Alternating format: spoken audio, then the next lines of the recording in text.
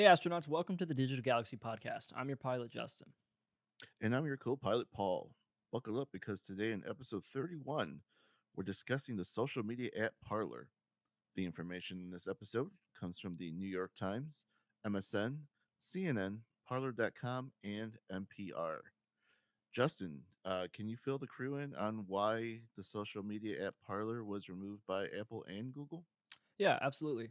So, following the attack on the Capitol on January 6th, Twitter and Facebook banned Donald Trump from the platform, as we all know. Many people saw that as a form of censorship, and millions of users flocked to Parler. Parler is pretty much a Twitter clone that happened to draw the attention of many conservatives. In the wake of the deadly attack that took place at the Capitol, it was discovered that Parler was used to coordinate some of those plans. Apple and Google removed the app from their stores because they couldn't consistently enforce its own rules against posts that incited violence.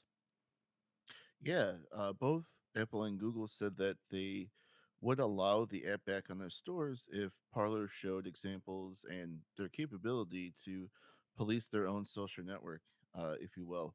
However, their hosting service, which is Amazon Web Services, also removed access and booted 15 million people off the platform because Parler was violating their terms of service. So they were being hosted by Amazon, and they didn't um, you know, abide by the terms of service, so they booted them off there. But Parler was inactive from early January through mid February of this year.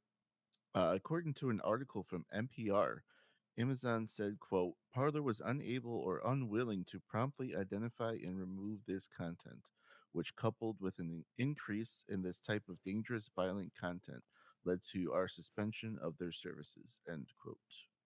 Yeah, so like you mentioned, Parler is back online around the middle of February. They have a new logo, a new community guidelines document. The document explains that the company will, quote, will not knowingly allow itself to be used as a tool for crime, civil torts, or other unlawful acts, end quote. Yeah, according to the same document, quote, in no case will Parler decide what context will be removed or filtered, or sorry, content that will be removed or filtered, or whose account will be removed on the basis of the opinion expressed within the content at issue, end quote. And according to CNN, quote, the document adds that Parler expects users to curate their own feeds by using platform provided tools such as muting or blocking users and keywords, end quote. So it sounds like they have no interest in changing the way that they operate, allowing people to self police themselves on the platform yet again.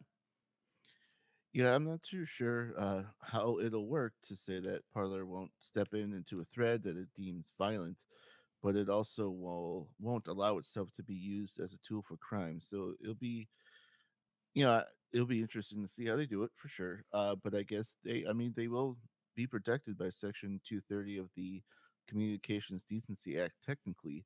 Uh, but like I said, we'll see, how that goes and how it works for him. Yeah, that's definitely an interesting point. While Parler was trying to get back online, they've also been attempting to sue Amazon for kicking them off of their web services. The original suit was a complaint of antitrust issues that Amazon breached contracts. They dropped that suit entirely and fired back with 15 other lawsuits that range from defamation, bullying, harassment, and bias. Mhm.